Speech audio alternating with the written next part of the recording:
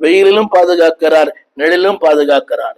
1000 10,000 பேர் உன்னை அணுகினாலும் அது உன்னை சேதப்படுத்தாது. யோசித்து பாருங்க, இன்னைக்கு இருக்கிற பாதுகாப்பு அன்னைக்கு இல்லையே, இன்னைக்கு இருக்கிற அந்த போக்குவரத்து அன்னைக்கு இல்லையே, இன்னைக்கு இருக்கிற தொலைத்தொடர்பு சாதனங்கள் இல்லையே. ஆனா எதுவுமே இல்லாத காலத்திலேயே தேவன் பாதுகாக்க முடியுமானால் இன்றைக்கு அதை விட உன்னை பாதுகாப்பார். இரண்டாவது குறிப்பு சொல்ல விரும்புகிறேன், the motive of your journey, உன் வாழ்க்கையின் குறிக்கோள். கவனிங்கள், நான் சொல்ல அந்த வார்த்தை இப்படி சொல்ல உங்களுக்கு புரிய நினைக்கிறேன்.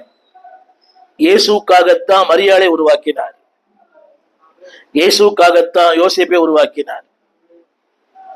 நம்புறீங்களா? இயேசுக்காக தான் மரியாள், மரியாளுக்காக இயேசு அல்ல.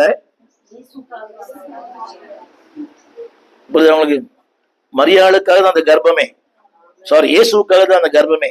இயேசுக்காகத்தான் மரியாள், இயேசுக்காகத்தான் யோசேப்பு.